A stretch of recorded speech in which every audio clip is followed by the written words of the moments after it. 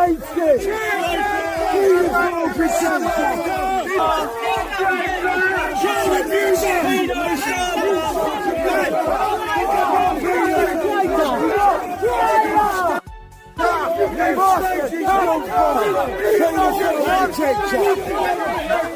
You statist! You're a child abuser!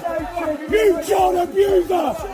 You child abuser! Where's Jimmy Savile? Where's Jimmy Savile? Where's Jimmy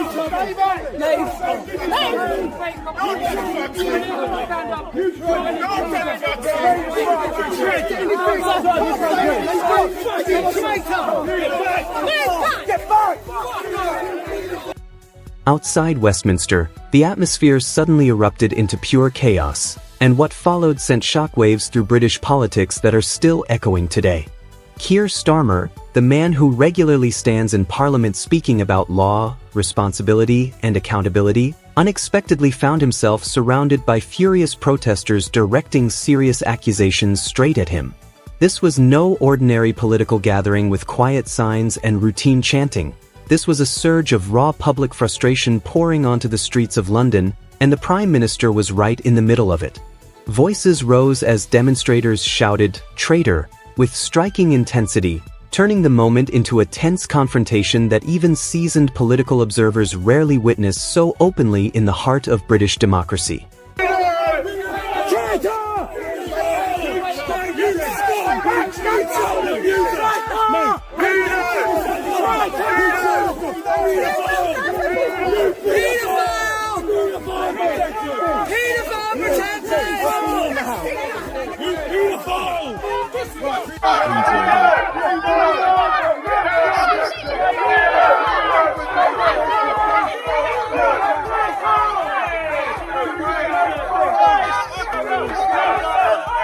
Go.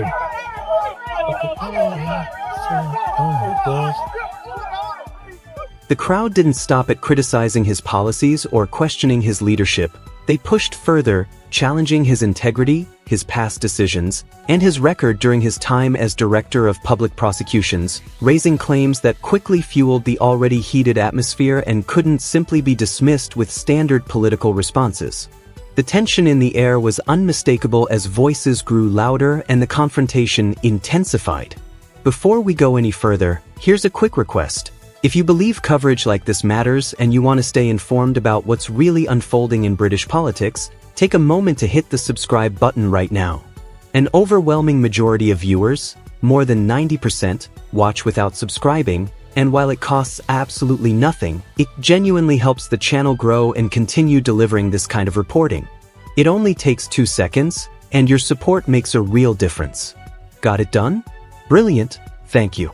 Now let's return to the dramatic clash that has left Westminster buzzing and the political atmosphere more charged than ever. I utterly condemn the far-right thuggery we've seen this weekend. Be in no doubt, those that have participated in this violence will face the full force of the law. The police will be making arrests, individuals will be held on remand, charges will follow, and convictions will follow. I guarantee you will regret taking part in this disorder, whether directly or those whipping up this action online and then running away themselves. This is not protest, it is organised, violent thuggery, and it has no place on our streets or online. Here's what really unfolded outside Parliament, and trust me, it's the kind of moment that often gets pushed aside once damage control begins. Keir Starmer was moving through the usual crowds near Palace of Westminster when the atmosphere suddenly changed. What started as ordinary background noise quickly escalated into a direct confrontation. Protesters, clearly organized and visibly angry, began closing in, their message going far beyond policy disagreements or economic debates. This was personal, intense, and aimed straight at the heart of his public record.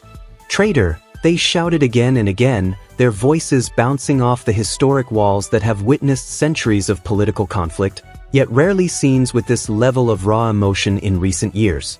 Then came the accusation that no one inside 10 Downing Street wanted to hear, the kind of explosive moment that instantly raises pressure on any government and triggers urgent conversations behind closed doors. Sir Keir Starmer leaving Portcullis House just a couple of hours ago. Have a look at these pictures.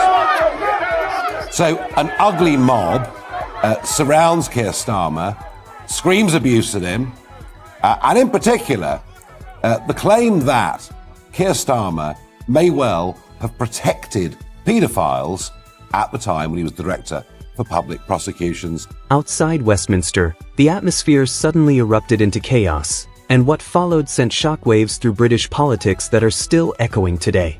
Keir Starmer, the man who regularly stands at the dispatch box speaking about law, order, and accountability, unexpectedly found himself face to face with a surge of furious protesters shouting accusations too serious to simply ignore. This was no routine political gathering with quiet signs and orderly chants. It was a burst of raw frustration spilling into the streets of the capital, with the Prime Minister caught right in the middle of it.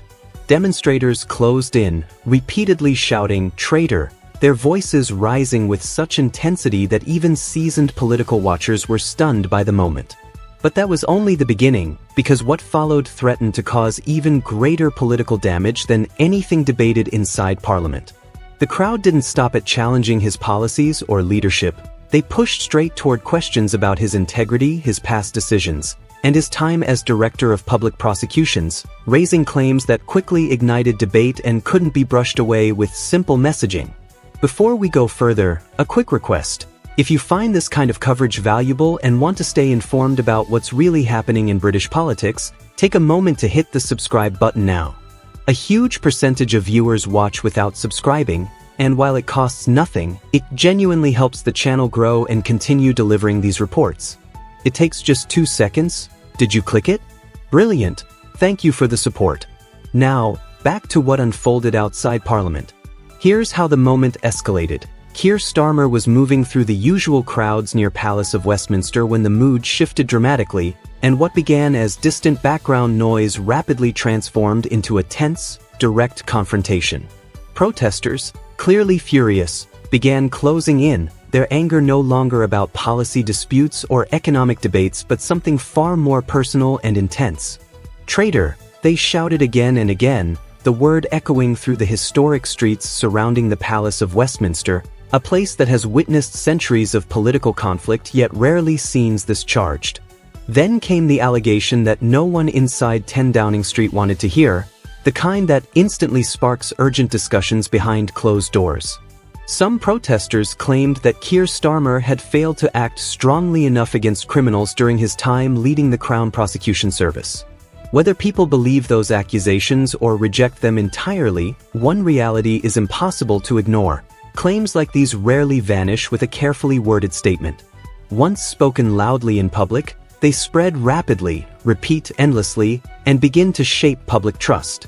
To understand the background, it's important to remember that Starmer served as Director of Public Prosecutions from 2008 to 2013, a period filled with complex and high-profile cases where decisions had to be made about which investigations moved forward and which did not.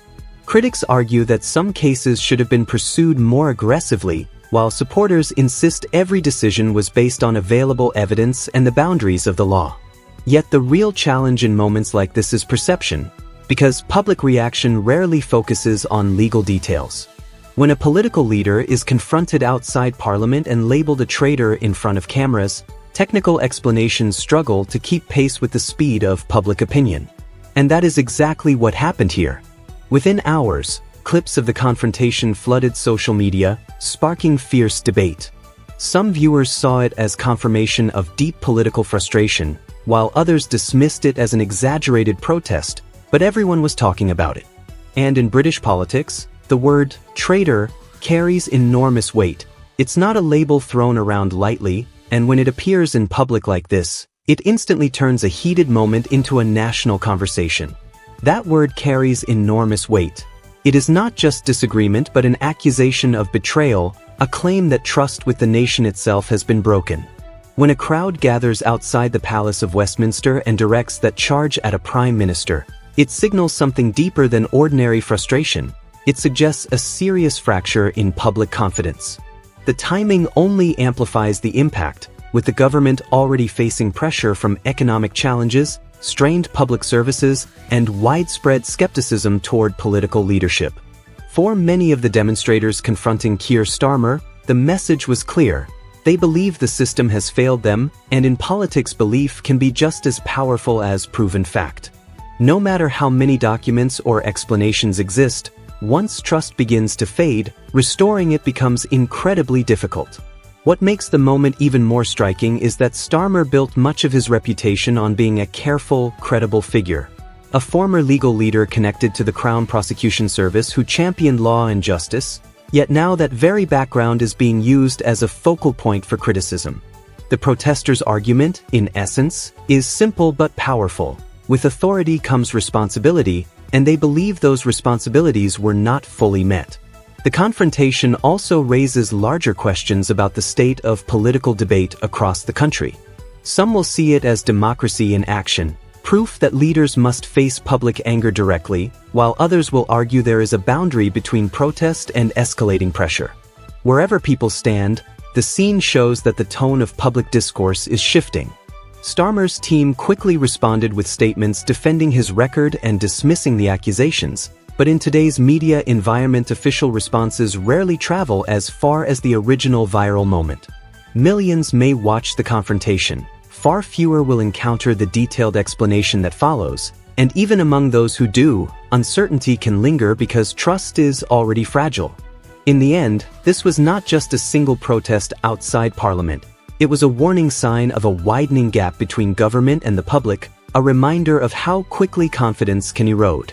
The real question now is whether Keir Starmer can rebuild that